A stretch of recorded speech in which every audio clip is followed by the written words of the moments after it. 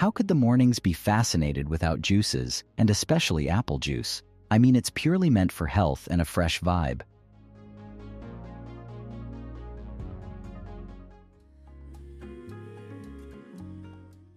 When it comes to picking apples for juice, like for real apple juice or even sugar-free drinks, the process is way more complex than just grabbing any random apple off a tree.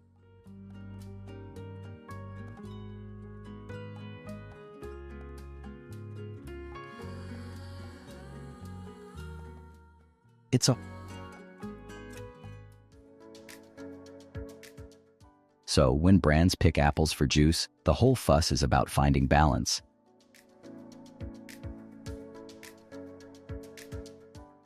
They want a juice that's sweet, but not too sugary, and tart, but of course not like you're biting directly into a lemon.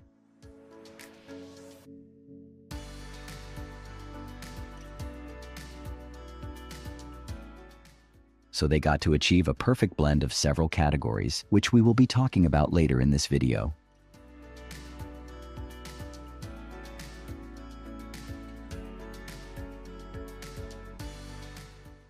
Okay, washing might be necessary to ghost those germs and unwanted debris, but they also put the apples in a pool of water, so they stay hydrated, fresh, and their temperature could be.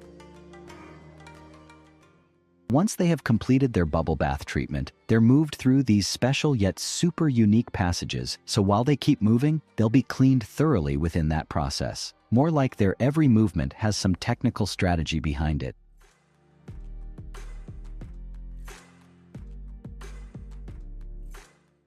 Factories often use those unattractive or blemished apples because these are typically fully ripened and they're packed with hell of flavor. These apples can be a little bruised or weirdly shaped, and that's totally fine because they're getting crushed up anyway. Let's just say, ugly apples for the win.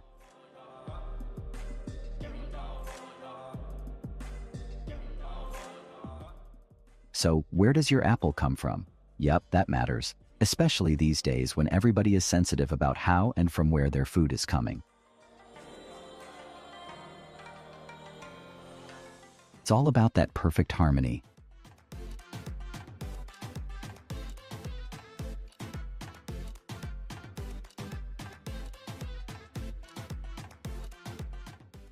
For a tangier flavor, the proportion of Granny Smith apples is increased, adding a refreshing tartness.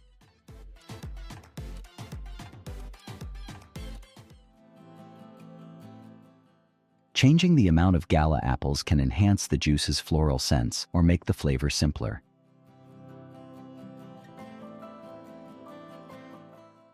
These adjustments ensure each batch highlights the best apples of the season and appeals to different preferences.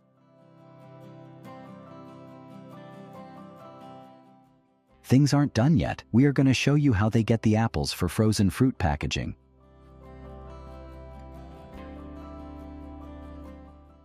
They're not just out here picking any apples, they want ones that are grown in a way that's good for the planet. A lot of famous brands are switching to sustainable farming practices, like using less pesticides or going organic, which is better for the environment and the apples.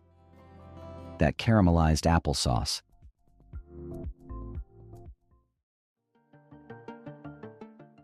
Ever wondered how some of your favorite ice creams get from the farm to your freezer? Dude, prepare yourself to witness the incredible transformation.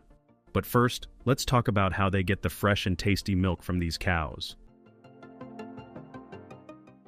It's all about advanced technology that is used from their care to the milking process.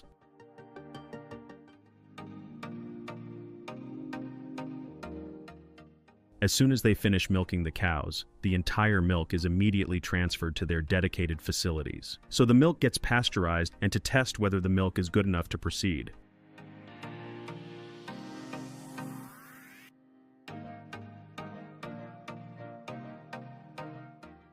Once the milk gets its own place in the mixing chambers, further ingredients like cream, sugar, and other stabilizers are added and whisked in those large blending tanks.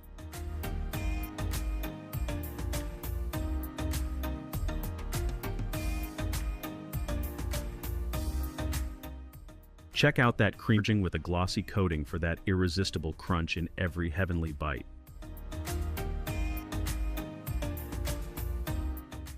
From heating to packaging, the robots make sure everything runs smoothly without any breaks, so the ice creams are always tasty. Temperature is super important here.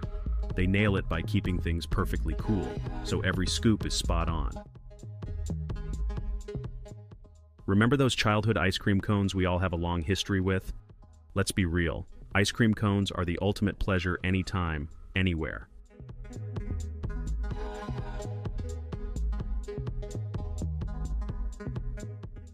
So a cool blast sets the creamy goodness in the cones just right. If you can easily resist these ice creams, dude, our vibes don't match. But wait, we have a lot more options ahead. So stick around and let me know which ice cream you like the most.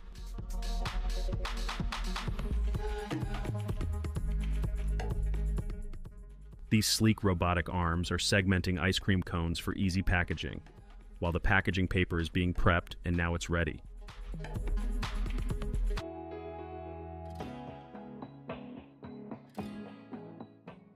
How beautifully these nozzles pour creamy ice cream into perfect shaped molds. As these sticks slide in, they transform them into handheld masterpieces. Check out these robotic arms, dipping each ice cream bar halfway into a luscious chocolatey dream.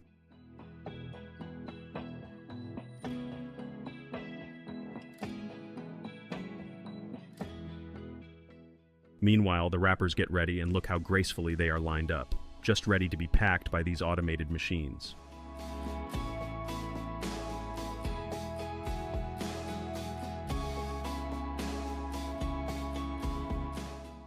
Vanilla ice cream bars are the ultimate treat. They're creamy, sweet, and have that perfect vanilla flavor that never gets old. Each bite is smooth and rich, with a hint of vanilla that's just right.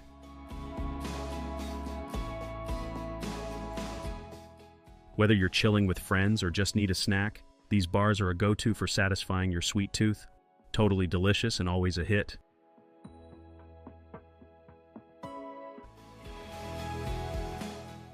Once churned, it's quickly cooled to keep it smooth. Frozen ice cream then gets poured into each waffle cup, filled to the brim.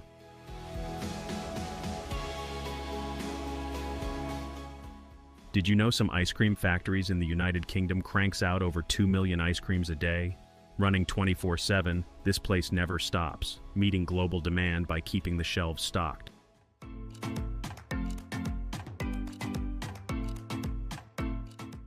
If you are enjoying this video, hit that like button so we will know it was worth an adventure. This ice cream is filled with real mango goodness and their rich flavor which can blow your mind on its very first bite. So why waiting to grab one?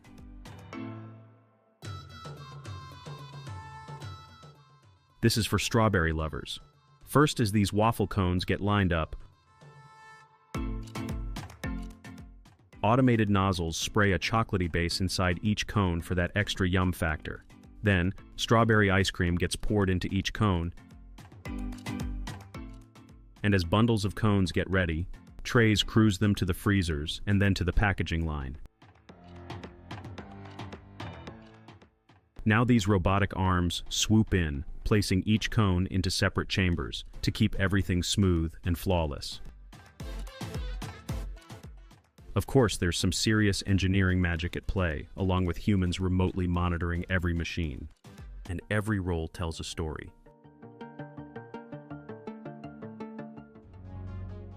The first step in making sushi rolls involves getting the pots ready. This means ensuring that the pots used for cooking rice are clean and properly set up. Once the pots are ready, the next step is to soak the rice. Sushi rice needs to be soaked to achieve the right texture and stickiness. Soaking the rice allows it to absorb moisture, which helps it cook evenly.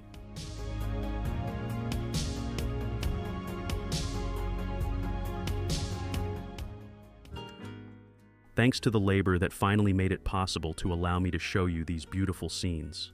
Finally, the rice and filling are rolled up to make the delicious sushi rolls.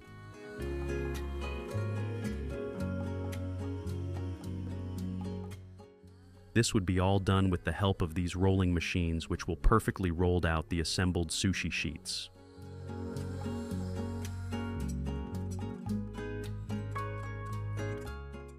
Just look at those enormous sushi rolls. Aren't they mouth-watering? This one was a billion times satisfactory adventure that I'm never gonna forget. The workers now cover the sushi rolls with the seaweed sheets and feed the sushi rolls into the machine that slices the big rolls into bite-sized pieces.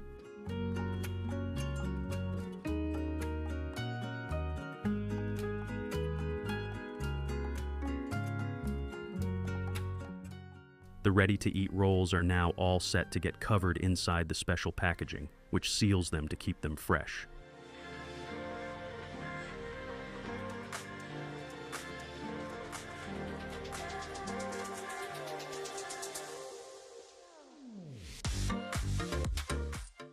Now let's set off on a tasty journey of the production of your favorite snack, kimbap.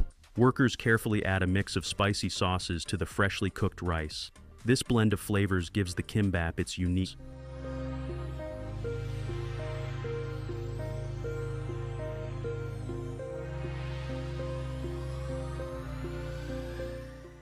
Each pack is sealed tightly to keep the kimbap fresh and flavorful, and that's how your favorite kimbap packs come to your plates.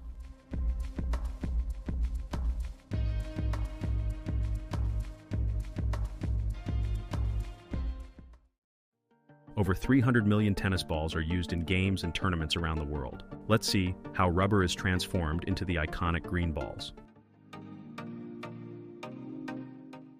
It all starts with the raw materials. To make a tennis ball, the factory needs rubber and felt. Rubber gives the ball its bounce, while felt provides the texture and color. Big rolls of rubber are the foundation of every tennis ball. This rubber is mixed with special ingredients to make it strong and bouncy. Once we have our rubber pieces ready, we need to shape them into tennis balls. To do this, they use metal molds that are designed to give the rubber its spherical shape. These people are so smart, they have first shaped the rubber into a sheet with molds, which will later be cut into smaller chunks.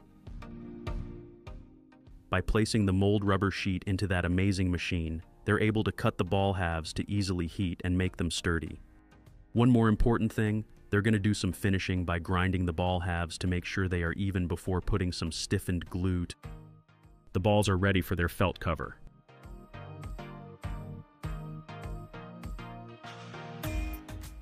The outer layer of a tennis ball is made from felt. Large sheets of felt are carefully cut into precise shapes. This felt will create the iconic fuzzy cover of the ball. The cutting machines ensure every piece is the right size and shape.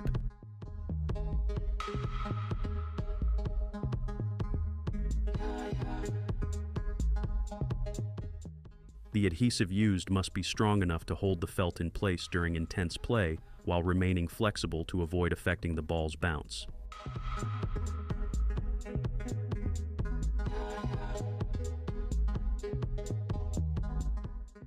The prepared felt pieces are glued onto the rubber core. This step is done with great care to ensure the felt is evenly distributed and securely attached.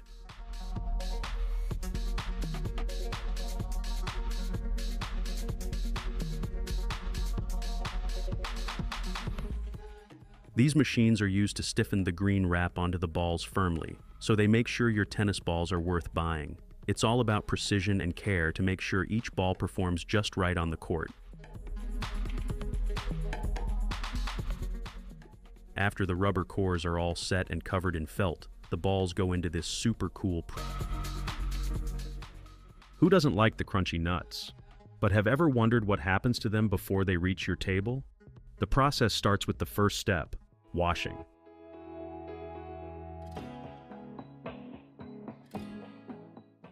Once washed, the walnuts move onto a conveyor belt for sorting. Here, they're carefully checked to separate the good ones from the ones that didn't make the cut.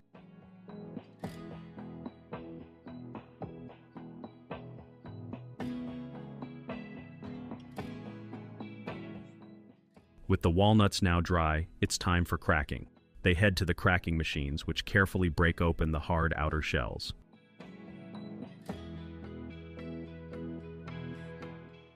The cracking machines are designed to handle this task efficiently while keeping the nut halves intact.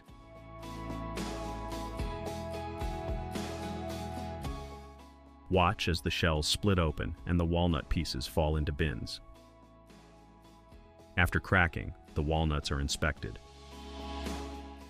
They move through packaging machines where they're weighed, bagged, and sealed tight, ready to be shipped out and enjoyed.